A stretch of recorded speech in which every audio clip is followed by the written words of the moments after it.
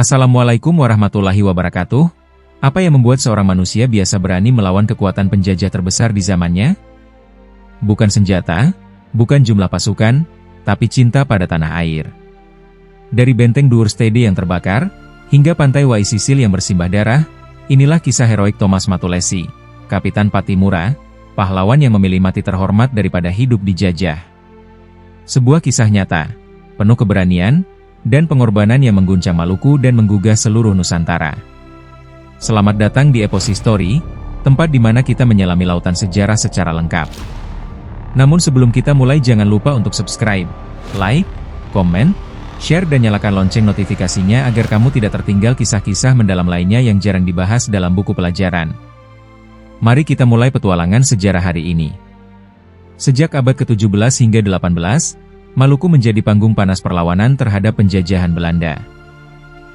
Wilayah seperti Banda, Ambon, Lease, hingga Jazirah Wamoal di seram barat tak pernah benar-benar diam. Semuanya bermula dari penindasan yang sistematis, mulai dari monopoli perdagangan, kerja paksa, pelayaran hongi, hingga penghancuran kebun rakyat. Bayangkan, selama 2 abad lebih, VOC menjalankan sistem ekonomi monopolis yang mengekang ruang gerak rakyat. Di Banda, mereka memusatkan produksi pala. Di Ambon dan Lease, mereka mengatur cengkih dengan tangan besi. Kebijakan hongi dan ekstirpasi yang kejam bukan hanya menghancurkan tanaman, tapi juga harapan. Rakyat dipaksa menyerahkan hasil bumi melalui sistem Verplichtelevrantiën dan Contingenten, seolah menjadi budak di tanah sendiri. Parahnya lagi, blokade ekonomi VOC memutus hubungan dagang rakyat Maluku dengan saudara-saudaranya di seluruh Nusantara. Tali silaturahmi antar suku yang telah tumbuh selama ratusan tahun, rusak seketika. Dalam waktu yang panjang itu, rakyat Maluku perlahan dimiskinkan. Mereka menghasilkan rempah yang dicari dunia, namun justru tak menikmati hasilnya. Mereka hanya kebagian derita. Namun, ada satu babak terang ketika Inggris sempat menguasai Maluku 2 kali, antara 1796 hingga 1803 dan 1810 hingga 1817. Mereka memperkenalkan kebijakan yang lebih longgar, tanpa ekstirpasi, tanpa kerja rodi, dan bebas berdagang. Rakyat Maluku pun mencicipi secercah harapan. Tapi sayang, harapan itu kandas pada 25 Maret 1817, saat Belanda kembali mencengkeram Maluku. Semua penindasan yang dulu menghantui kini kembali, bahkan dengan aroma yang lebih menyengat. Kegelisahan dan trauma masa lalu menjadi bara dalam jiwa rakyat. Hingga akhirnya, mereka berkata cukup. Lahir 2 dokumen penting sebagai suara hati rakyat, Proklamasi Haria dan Keberatan Hatawano. Proklamasi Haria disusun oleh Thomas Matulessy dan disahkan oleh 21 Raja Patih dari Saparua dan Nusa Laut.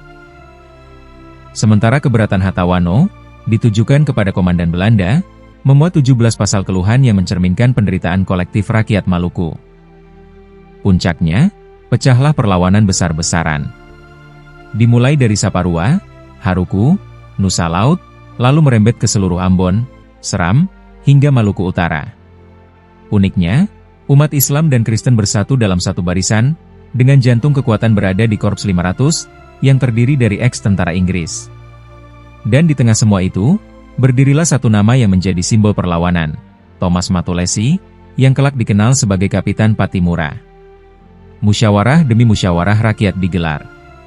Di Tial, Sasawane, hingga Hutan Waehun, suara rakyat berpadu dalam satu tekad, memilih Pattimura sebagai pemimpin perang.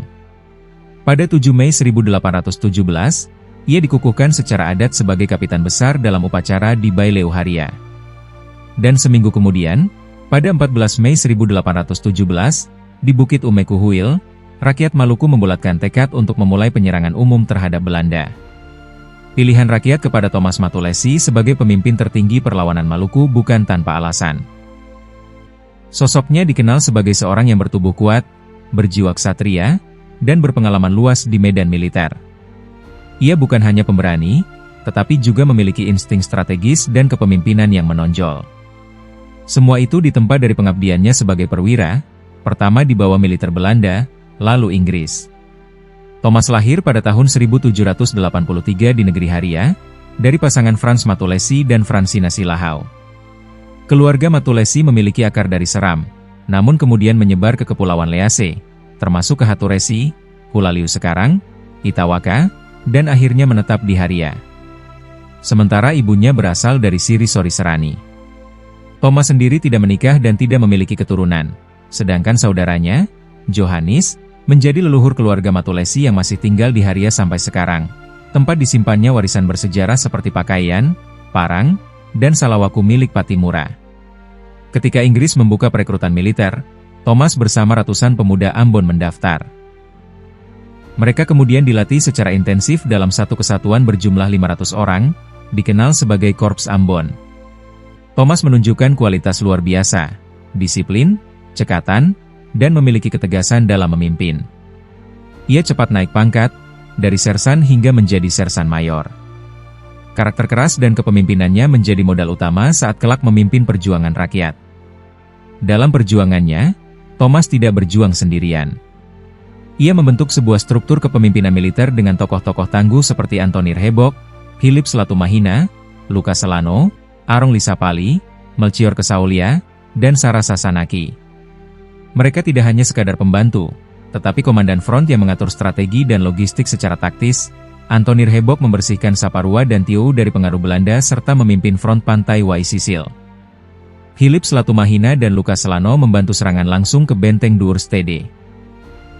Arong Lisapali dan Melchior Kesaulia bertanggung jawab atas lini pertempuran di Hutawano dan Ouulat.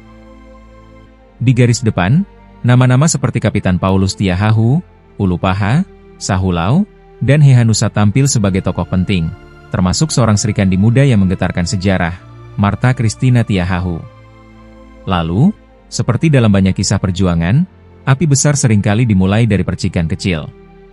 Pada tanggal 14 Mei 1817, terjadi pertikaian di negeri Porto. Warga menolak menyewakan arumbai, perahu, untuk mengangkut kayu bagi Gubernur Van Middelkoop ke Ambon. Sebagai bentuk perlawanan, perahu-perahu itu ditenggelamkan di pelabuhan. Peristiwa kecil ini meletus menjadi ledakan besar. Revolusi Rakyat Maluku dimulai. Tanggal 15 Mei 1817 menjadi titik api dari Revolusi Rakyat Maluku. Di desa Porto dan Haria, pertempuran pertama meletus.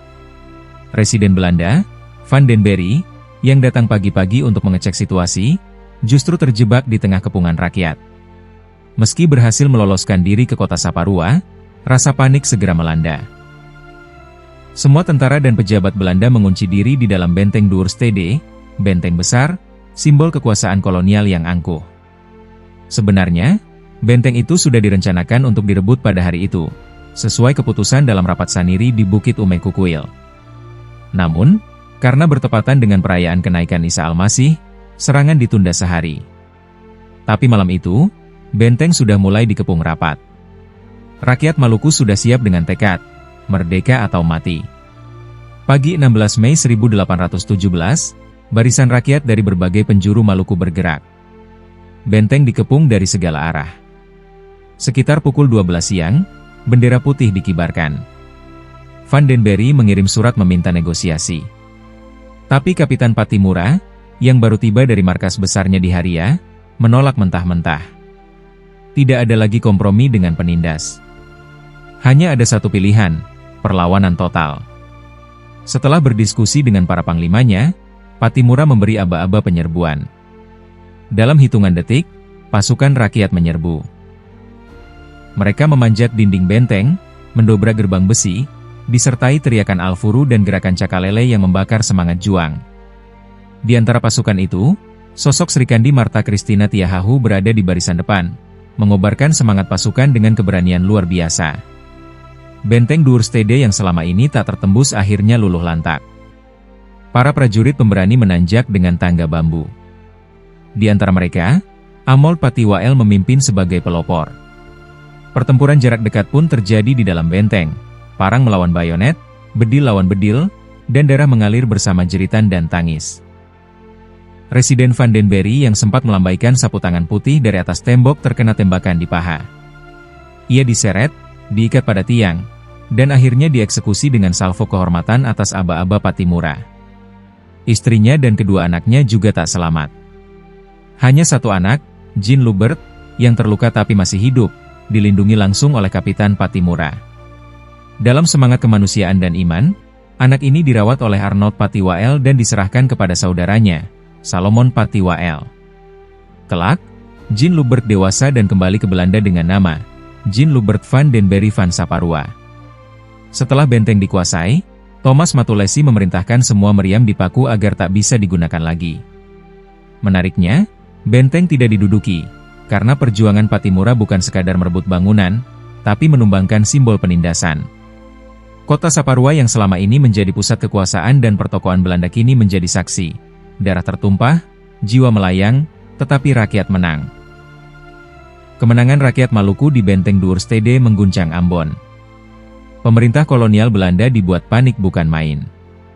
Residen van den Berry tewas, pasukan mereka dilumat habis, dan simbol kekuasaan mereka di Saparua jatuh ke tangan rakyat. Gubernur Van Middelkoop bersama Komisaris Engelhard segera mengadakan rapat darurat dengan Komandan Laut dan Darat. Hasilnya, sebuah ekspedisi militer besar diputuskan, mereka akan menyerang balik Saparua secepat mungkin. Ekspedisi ini dipimpin oleh Mayor Bejes, seorang perwira zenit tempur yang telah dipersenjatai bukan hanya dengan senapan dan amunisi, tapi juga taktik dari Letnan Kolonel Krayenhof. Ia membawa sekitar 300 pasukan, gabungan infanteri Belanda di bawah Kapten Stalman dan Letnan Verbrugger, infanteri Jawa di bawah Letnan Abdul Mana, serta pasukan marinir dari kapal perang Evertsen dan Nassau. Para perwira laut seperti Munter de Jong, Skeidus, Muskuiter, Ridge, dan de Jeude turut memperkuat ekspedisi ini. Bahkan beberapa tokoh lokal seperti Raja Siri Salomon Kesaulia dan orang kaya Batu Merah ikut serta. Ekspedisi ini bukan operasi kecil-kecilan. Ini adalah kekuatan tempur penuh yang dibanggakan Belanda, siap tempur, lengkap dengan meriam, logistik, dan ambisi besar. Pada pagi hari 17 Mei 1817, rakyat Ambon menyaksikan keberangkatan mereka dalam parade militer yang meriah. Tapi sejak langkah pertama, ekspedisi Bejes tak berjalan mulus. Kurangnya armada perahu membuat mereka terpaksa menempuh jalur darat dari Paso ke Suli, lalu menembus hutan dan Bukit Ketial dan akhirnya Tulehu, hanya untuk menemukan ombak besar mengamuk. Baru pada 19 Mei mereka tiba di Pulau Haruku, lelah dan terkuras tenaga. Karena ada laporan rakyat Haruku juga siap memberontak, Bejes menyisakan 55 pasukan untuk memperkuat benteng Zeelandia. Sementara itu, di Ambon, pada 17 Mei, pertempuran juga pecah di negeri Hila, pertanda bahwa kobaran perlawanan telah menyebar ke seluruh Maluku. Ekspedisi dilanjutkan. Dari Pelau, mereka bertolak ke Saparua dengan 10 arombai, perahu perang kora-kora, yang dilengkapi meriam kecil. Tapi setiap langkah mereka terus diawasi oleh intel rakyat. Kapitan Pattimura menerima kabar ini di markas besarnya di Haria. Pada 18 Mei, ia sendiri turun ke Hulaliu untuk mengatur pertahanan dan merancang siasat baru. Pasukan rakyat dari Seram terus berdatangan. Pada pagi 20 Mei, armada Bejes menyeberang dari Hulaliu menuju Haria, namun lalu mengubah arah ke Teluk Saparua. Tapi di sanalah kejeniusannya Pattimura benar-benar terlihat. Dengan siasat gerak tipu yang cerdik, pasukan Pattimura menggiring lawan ke pantai Waisisil, sebuah teluk yang tenang dan tampak mudah diserang, tetapi sesungguhnya telah dipersiapkan sebagai jebakan. Sebanyak 1.000 pasukan rakyat telah ditempatkan di sepanjang garis pantai dari Teluk Haria hingga Teluk Saparua. Komando tertinggi dipegang langsung oleh Thomas Matulessy. Rakyat dalam posisi siaga, semangat berkobar. Ketika jam menunjukkan pukul 10 pagi, armada Bejes terlihat di Cakrawala. Mereka mendekati benteng Duurstede, tapi pantai pasir putih tak bisa digunakan karena dipenuhi gerakan tipuan. Upaya pendaratan di pantai Waihenahia pun gagal karena ombak besar. Akhirnya, seperti yang diharapkan Pattimura, mereka terpaksa mendarat di Waisisil, titik sempurna untuk menyergap musuh. Disinilah dua dunia bertemu, pasukan kolonial dengan senjata modern dan disiplin tinggi, berhadapan dengan pasukan rakyat yang dipimpin oleh semangat membara dan strategi cerdas. Mayor Bejes membagi pasukannya dalam 3 divisi. Masing-masing akan menyusuri pantai menuju benteng Duurstede, tak menyadari bahwa mereka telah melangkah ke dalam pertempuran besar yang akan menentukan nasib kolonialisme Belanda di Maluku. Pagi itu, 20 Mei 1817, pukul 10 tepat. Pasukan Belanda mulai mendarat di pantai Waisisil, pantai yang tampak tenang, tapi sebenarnya telah dijadikan perangkap oleh strategi jenius Kapitan Pattimura. Divisi pertama dipimpin Letnan Verbrugger, diiringi Kadet Hoofd yang membawa bendera triwarna Belanda, merah putih biru, siap dikibarkan di benteng Duurstede. Di belakangnya, divisi kedua dipimpin Kapten Stalman, dan barisan utama di bawah komando Mayor Badges menyusul. Mereka semua bergerak percaya diri. Namun di balik semak, hutan, dan bukit pesisir, 800 hingga 1000 pasukan rakyat telah bersiaga. Panglima Thomas Matulesi, bersama Letnan Philip Latumahina dan Kapten Antonir Hebok, telah mengatur formasi pertahanan rapi dari Pantai Tio hingga Saparua. Pasukan Alifuru dari Seram telah bergabung. Para penembak jitu telah mendapat perintah yang jelas, jatuhkan setiap perwira Belanda.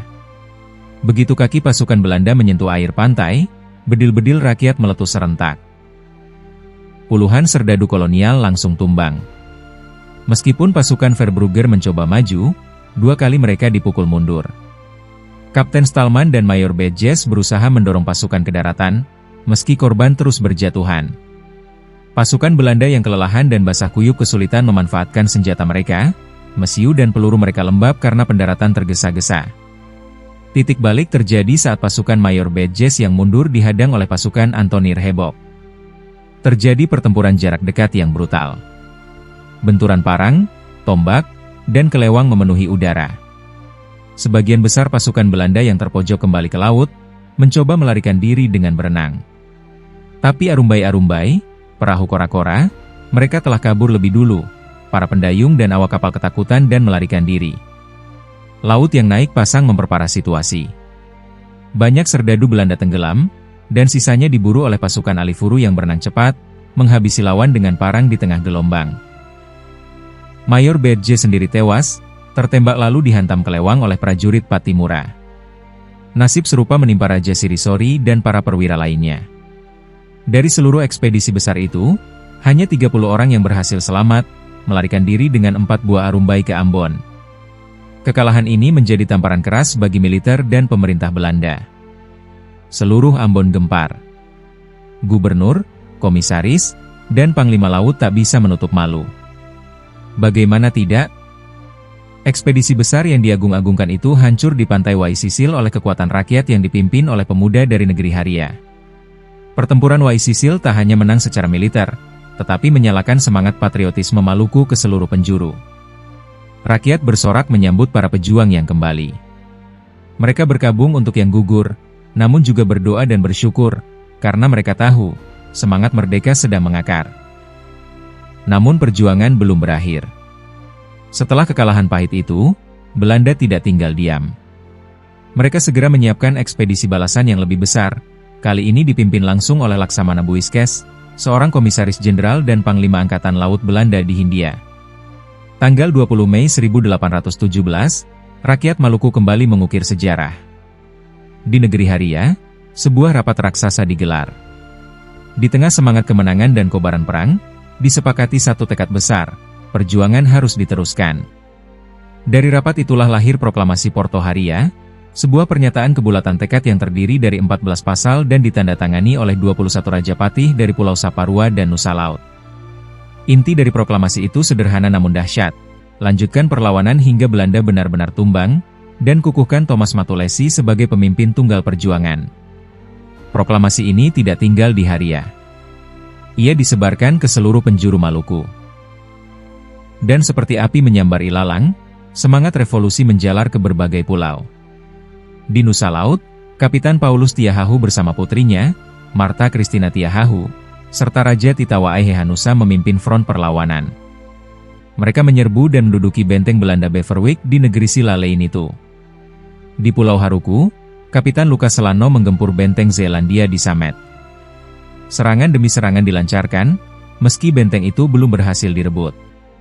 Di Pulau Ambon, seorang tokoh tua namun berjiwa baja bernama Kapitan Ulupaha dari negeri Zeid memimpin serangan ke benteng Amsterdam di Kilang dan pos-pos Belanda di Jazirah itu. Sementara di Pulau Seram, perlawanan dikomandau Kapitan Sahulau, membentang dari Jazirah Hoamoal hingga Teluk Elpa Putih. Bahkan di Maluku Utara, Sultan Tidore Abidin, Jamaluddin, mulai mempersiapkan serangan, meski akhirnya ditangkap Belanda sebelum sempat bergerak. Yang luar biasa, semangat perjuangan Patimura bergema di luar Maluku. Dari timur, Flores dan Sumba mengirimkan bantuan senjata dan peluru. Para pelaut Bugis dan Makassar dengan berani menerobos blokade laut Belanda, membawa makanan dan amunisi. Dukungan moral dan politik datang dari para Raja Bali, bahkan dari Sultan Sepuh Yogyakarta, Mataram. Terbentuklah jaringan perjuangan Nusantara yang siap menentang imperialisme dari segala penjuru. Namun, kekalahan telak Belanda di Waisisil menjadi tamparan yang memaksa mereka untuk bertindak lebih keras. Laksamana Buiskes, Panglima Tentara Belanda di Hindia Belanda sekaligus Komisaris Jenderal, turun langsung ke Maluku. Ia mengambil alih pemerintahan sipil dan mengatur strategi militer besar-besaran. Pada 4 Juli 1817, armada perang besar di bawah komando Overste de Groot bergerak menuju Saparua. Tidak hanya menyerang, mereka melakukan taktik keji, vandalisme brutal. Seluruh desa di Jazirah Hatawano dibakar habis setelah pertempuran sengit. Belanda memainkan siasat licik. Kadang menawarkan perdamaian, kadang menyerang tiba-tiba, dan bila semua gagal, adu domba dijalankan. Perlahan tapi pasti, barisan Pattimura mulai goyah. Beberapa pasukan tercerai-berai. Namun, semangat mereka tidak padam. Dengan kekuatan iman dan kepercayaan pada perjuangan, para pejuang masih terus melawan, beralih ke perang gerilya, menyerang dari bayang-bayang, dari hutan ke hutan, dari malam ke malam. Perang ini bukan lagi sekadar soal senjata, ini tentang kehormatan, tanah leluhur, dan hak untuk bebas. Setelah kekalahan demi kekalahan, Belanda sadar, kekuatan rakyat tidak cukup ditumpas dengan senjata. Maka strategi berubah. Untuk mempercepat berakhirnya perlawanan, mereka kembali menempuh politik pengkhianatan. Pada tanggal 11 November 1817, dengan bantuan orang-orang pribumi yang sudah dibujuk dan dijebak, Letnan Pietersen berhasil menyergap Thomas Matulesi dan sahabat seperjuangannya, Philip Latumahina, di sebuah dusun terpencil di negeri Boai. Satu persatu, para pemimpin perlawanan disergap dan ditangkap. Semua ditawan dan dijebloskan ke benteng New Victoria di Ambon. Di sana, mereka tidak hanya diadili, tapi juga dipertontonkan sebagai contoh. Setelah vonis mati dijatuhkan, pagi hari tanggal 16 Desember 1817, sebuah upacara militer besar-besaran digelar. Pasukan Belanda berjajar, rakyat Ambon dipaksa menyaksikan. Satu persatu, 4 pahlawan rakyat naik ke tiang gantungan. Philip Latumahina, Antoni Rhebok, Melchior Kesaulia, dan terakhir Kapitan Pattimura, Thomas Matulesi. Ia berdiri tegak, tenang, tanpa gentar. Namun, bahkan setelah kematian, Belanda masih ingin menanamkan rasa takut. Mayat Pattimura dimasukkan dalam kurungan besi, dipamerkan di pusat kota Ambon. Tindakan kejam ini tidak berakhir di situ. Kapitan Ulupaha, pahlawan tua dari Seram, juga ditangkap dan dihukum mati. Yang lain diasingkan ke Pulau Jawa, dijadikan pekerja rodi di perkebunan-perkebunan Belanda. Sebelum itu, di Nusa Laut, Kapitan Paulus Tiahahu telah lebih dulu dieksekusi di depan rakyatnya dan putrinya yang setia, Martha Christina Tiahahu. Serikandi muda ini, meski masih remaja, tidak pernah menyerah. Dalam pengasingan menuju Jawa, di atas kapal perang Evertsen, ia wafat di tengah laut, Laut Banda menjadi pusaranya. Peperangan di Maluku memang sempat mereda, tapi semangatnya tak pernah padam. Perang Pattimura pada awal abad ke-19 bukan sekadar pemberontakan, ia adalah perlawanan besar pertama terhadap kembalinya kekuasaan kolonial Belanda setelah masa Inggris. Belanda sama sekali tidak menyangka bahwa rakyat Maluku yang telah ditekan selama 2 abad bisa bangkit kembali, dengan kekuatan moral, agama, dan keyakinan akan kemerdekaan. Untuk meredakan kemarahan rakyat, Belanda akhirnya menempuh siasat lain, politik pengambilan hati. Gubernur Jenderal Van der Capellen datang langsung ke Maluku tahun 1824.